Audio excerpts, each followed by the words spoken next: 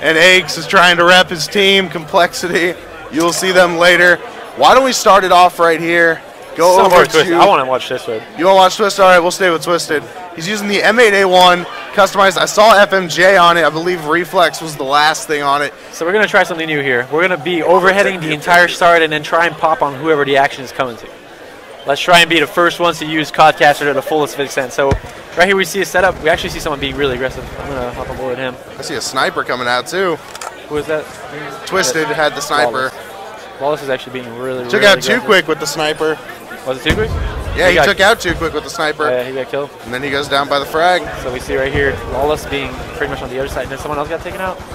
Yep, and now it's a 3-on-2 for Clockwork. You always spot one, gets him out. Great play. I believe he's sound horn. Ooh, Lawless with the sound horn there. I mean, unless it was a call out, but he just literally pre-fired that thing. I didn't even hear him there. I knew John was there. But look at him turn the corner, and that is Killa. Turn and burn it, bro. That was Lawless. Great plays by Lawless, and I want to stick on board with Lawless here. He seems to be, every time we seem to play this team, he seems to be a player that seems to be the flashiest. So probably one of the most entertaining to watch. He's running a smoke grenade. Just real fast. I saw the smoke grenade and the Semtex. Smoke grenade, Semtex. He's getting lightweight, dexterity, extreme conditioning, toughness. So not actually switches class there. He's going to go with flat jacket, dexterity, dead silence, and no more smokes or nothing else. So he's using that class to get there faster and switching it up. Something we've seen a lot in previous COD. Not really that much in this game, because a lot of the action happens fast. Because it's especially with a 1.5 minute timer, like you don't really have that much time to do stuff like that. So yeah. But we see him making plays here. He's trying to be aggressive. Wallace needs to be careful right here. Takes out one and runs away. Smart play. Ooh, no, he shouldn't. He was doing the right play of backing up at that point. Got his team even. Slow it down.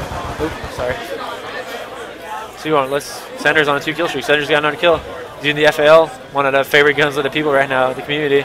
He actually has the bomb. I don't like the position he's taking here. He has bomb. If he were to die top orange right now, that would give his teammate the hardest time possible. But he gets a sick kill on kill up. It actually gets taken out across the map. So they know where John. Let's hop him over John. I want to see what John's going to do here. He's got an FAL as his own, and I don't think he knows that was bomb. So he's running across the middle. As you can see on the overhead, he's planning. He doesn't spot him. Ooh, misses the shots. Huge miss there by John. Simpson's not the last one alive. As you look on the overhead, John's trying to flank him. He's not really paying attention to that, and now he is. They were about to collide. I don't know if anyone saw him. I'm trying to talk lowly just to make sure you don't hear me. I feel you on that one. John. Oh! John gets fucking destroyed. Holy moly, John. John a bit embarrassed about that one. That was some turning around Ruski right there, bros. I'm gonna contribute all that to when I coached Clockwork. Killa giving the reaction. No, I'm gonna say it right now, Rambo. I mean, John's my boy, but John looks shooken up now. He looks shaken. He looks rattled. I've always said this. I've always felt this way about John. Not that I dislike the player. He's always been a good player, but I just feel like he excels online. And when it comes to LAN, he just either doesn't show up or it just doesn't seem to be his own comfort zone. That's something he's gonna have to learn over time. And we're on board with Tuvik here. He's taking shots. Tuvik is probably the player in this team is gonna have to turn around. Tuvik's always been a veteran. He's always been a player he's composed as hell. He's always able to put his team back in the game. So I really want to stick on board. He's not really in the action though, so I don't think I'll be sticking around with him. And they are getting the plan though. Who's planning?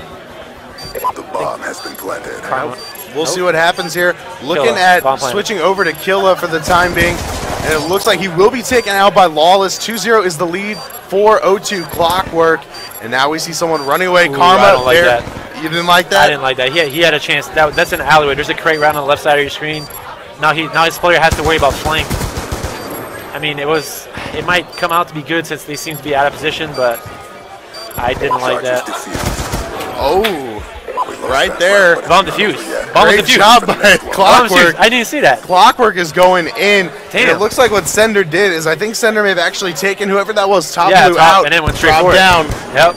And they weren't paying attention to it. That was too Karma. I think Karma got too wound up on those kills. Yeah. Right there. That's exactly what happened. Clockwork pulling out every trick in the book right now, Rambo. I love those plays. That's one thing we did earlier. I don't know if you saw on stream. We went straight for defuse as well. Yep. Those are things you have to do. If you miss the slightest shot and you have the slightest opportunity when it's the bomb, it's pretty much like there's times. It's like a time zone. If you're before 30 seconds, this is when you can do that. This is a time where people don't really pay attention to the bomb because it's just not likely that someone will straight to go for a defuse. They want the safer ways to go for kills and get control. But they're you know, going for score sheets. I want to see if I see Center seems to be halfway there, so let's downboard him. He does have the bomb, and we're seeing some huge plays out of Clockwork right now. They're really bringing the heat, and Fariko's on their toes right now, man. They didn't have to start making plays. I knew this was going to happen. I knew Clockwork, they are not a bad team, guys. We have seen some great teams. We have seen some teams that came in here and didn't really impress us, but you always have those dark horses that everybody knows about, but people do not give enough credit to. Clockwork is one of those teams. They are a great team, a ton of talent. SnD has a great shot. I'm still reeling about everything we've seen here. The sneak defuse, the turn on by Simp, arguably one of the nastiest turn ons I've ever seen. On this game for sure. Yeah, on this game for sure. That was nasty. That was just John. That was more John missing than anything, but it was still like. Yep. I mean, John was aiming at a door in that situation. Like, the guy had one door. It's not like he could jump out and try and shoot him. He literally had to go through one little small area. And I like this play. This is what I'm talking about, guys. This is smart playing. Yep. He is about 2/3 up of his score sheet. He's not even going to go for it. He's not even going to go for it. He has no reason to. It's a 1v3. Even if he gets the bomb plan and ends up dying after, there's no point. Why would he do that? And now he has a chance. Gives up the round that he was probably going to lose anyways. Just keeps his score streaks going. Smart playing by Clockwork. I'm loving this right now. This is like veteran play from an amateur team. This is perfect. I love this. I was thinking the exact same thing. Once I looked at those score streaks, and something you have just been hammering in the entire duration of your time casting, Rainbow, is you got to make those smart choices with the score streaks. That was one of them. You see right there, moving around there, SnD, I believe it was, moving back, making sure he didn't die, able to secure himself. Now he can live, try to get those score streaks. Let's see if it pays off. Well, I want to stand over. He's actually throwing 2 trophy systems, and he cuts off. Ooh, that was crazy. Oh, trying to pop up a glitch too there.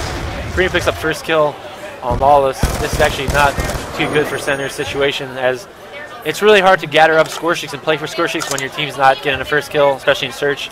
You have to be able to play those, but they do recognize that SnD makes a big kill right there. He is 1 kill away from 100 killer in this situation.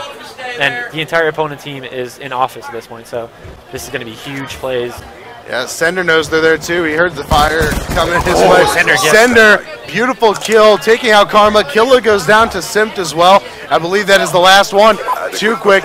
What do you think is going through Fariko's heads right now? They were one of the favorites coming into here, and Clockwork is giving them a run for their money. They are the Hardpoint and SnD. They are shooken up. I don't think they were expecting that much competition in the first game. They probably felt like they got away with one since the team killed. And now, I mean, Clockwork's just not showing any relentless. They're just going back at it. They're right back in their faces right now. This is like, they just did it. They were like, oh, okay, we screwed up. It's all good. We'll just come and beat you up next time. And they're literally playing composed and strong as a team. Like, I'm looking at them right now, and there's no emotion. That's the problem with that. I think that's the biggest. That's a dark horse at Fariko, is they're emotional. Killa's probably one of the most emotional players in this community. Karma gets down on himself when he's not happy with how things are going. Johnson doesn't really talk much when things aren't going their way. So it's really up to Tuku right now. He has to be able to put his team back in the game and get some stuff going, as this team really needs it right now. And that's something with SnD actually. He hasn't used a score streak yet. I mean, this is honestly one of the best matches you could hope for. It may not be an Optic versus an Envious or anything like that, but you have the talent here, and it is a phenomenal game, and by far the best game we have seen thus far in terms of the competition level of both teams. John secures the kill on Lawless, taking it out with the M8A1. I'm not sure I like that from SnD, throwing out that Hunter killer, especially when he didn't need to do it, wasting it, didn't catch anybody. And if you could actually go back after this in a second here when we have a break in the action, that scoreboard, something really stood out to me. But it looks like SnD's moving around here. Down goes Karma, one left. That was really... Oh, he actually spots the last one. He's going to get... He got all the score streaks. This is huge. I think there's no way Fariko can come back in this game. And I'll explain why after this. Let's see what the end of the round, though. Who's it? John. Let's hop aboard John, see if he can make magic happen. He picks up one. It's one-on-one at this point. And we're seeing John being very patient. I like this play from John. Kind of giving up on that patience. Ooh, spots him. And John gets the kill.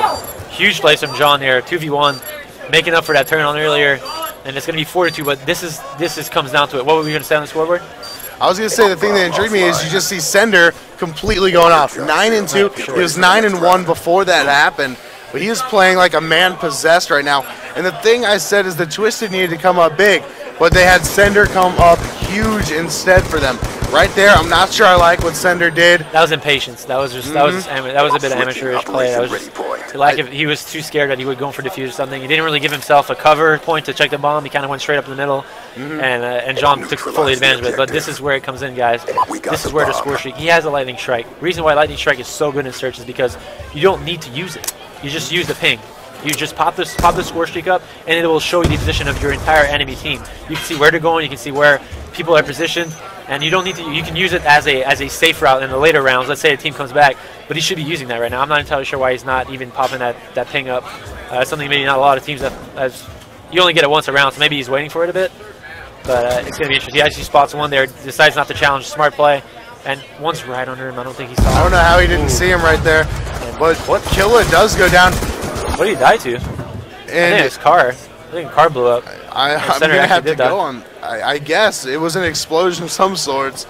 But he did take out Killa, but too quick with the response. Now the sniper from Lawless with that dual band. I also saw your teammate Clayster using it a little bit earlier, playing very well. But now we have an interesting situation. It looks like Clockwork. I'm not sure if he can actually win this round. Oh no! I'm not sure if it's that they're getting anxious or antsy or what, but it looks like Fariko's starting to come back and gain that momentum. And this is a team you cannot allow to have that momentum. Oh no, for sure. That's like I said, emotion's a big part of this team. So if they start getting that momentum and motivation to get by and start winning games, and they're really hard to stop. But I didn't see SnD pop up his score sheets at all that game. I'm kind of disappointed. He did not. Let's try and stand over him, because that's something I'm sorry guys for following SnD a lot, but that's something that's his make or break on this team. They should be able to know. As soon as he pops that thing up, I can pop up the scoreboard and he can see the entire opponent's team. Then we can see how his team maneuvers around the map. I'm not entirely sure if he's aware of this. Probably not, because he's not using it at all, and that's something you should be using every time. It looks right now like SnD's going to throw out the sensor grenade. Doesn't spot anyone quite yet. He's going to get Hellstorm. I like this play. He's going to get at least one with this. He gets one. Remember, he should have popped that one a bit earlier. That's what I was thinking. And he sees the position. He actually saw that, but he saw the position of his two opponents. That's something that's really good. They can actually, they're a man up right now. They should be trying to make individual plays. You see Lawless there. He was top orange trying to get a kill. He should have been just laying back and letting his teammate help him. And it's just that's lack of teamwork on. And you see him. He's actually going to use this. Please tell me he's not going to use it. Lightning strike coordinates received inbound. Yeah, he did use it. So he uses that's just lack of knowledge, guys. That's something they probably didn't know. It's still a new game. Ooh, actually, two kick pick up the huge kill there. But we saw Twisted come up with the kill, and he just he didn't see him. He was right under him. He saw him. Okay, there we go. Big plays, but they actually use it. Like I said, guys, this is something not everyone knows, and some people. But if the players from Clockwork SnD used his lightning strike strictly as a UAV, that's a UAV pretty much. It's just free position every round at the 15-second mark. So something that teams do not know maybe, but hopefully something that we'll see teams start doing a lot more. Yeah, I have no idea. Also, just going back before this game, we were talking about that phase situation. I think phases. I'm not sure what happened. We'll find that out for you guys after this. Why don't we go back to the gameplay though, and let's stay on with Fariko for a little bit, just because we've been looking at a lot of Clockwork, and I want to see how Fariko responds with the pressure on them. Yep. Game on the line here. Yep, we're looking at John up in office with that MSMC, has two teammates with him. And you have to wonder, we have seen the familiar setups of Clockwork. You know they like that orange side a lot. So we have to wonder if that's where they are. You see two there, one sitting right back there, kind of overlooking that B bomb site, kind of just chilling in the area, waiting to see what's going to happen. If anybody's going to try to pursue a gunfight with them. Great play by Lawless, able to run away, not challenging. It looks like he's going to try to wrap around here and just wait. Ooh, no, he got away with a kill there. He's a bit too greedy. He got the first kill and kind of stayed up flank. Maybe should have tried and rally up with his team at that point. Let's on board with John here. As John's making plays towards the bomb, we're seeing on the minimap there actually is a player top red. And John, oh, John missing shots there, just getting destroyed by it. And Karma actually picking up the kill. Oh! SnD, I'm not even sure what happened, but SnD got a two-piece to end this run up. Karma and Killa went down at the same time, and they are not happy about it. Yeah, they were holding hands on that, I guess. Oh, they just jumped right into that. And that's just bad luck, to be honest. That was miscommunication at that point. You shouldn't have. That was really risky. They kind of just both ran in the open at the same time. Yeah. Instead of trying to go for a trade situation. That's something they didn't play slow, and SnD going malicious there. 14-4. Huge performance by SnD, and pretty much carried his team. And we are going to map 3 for the first time. Or you guys in map 3? Yeah, this is the first time we've had a map 3. I don't know if it's the first time on stream. It has not happened often. I will tell you that much at least, if not at all. But at the same time, apparently what happened, someone just tweeted it in the chat, FaZe forfeited 2 maps and are going to losers bracket.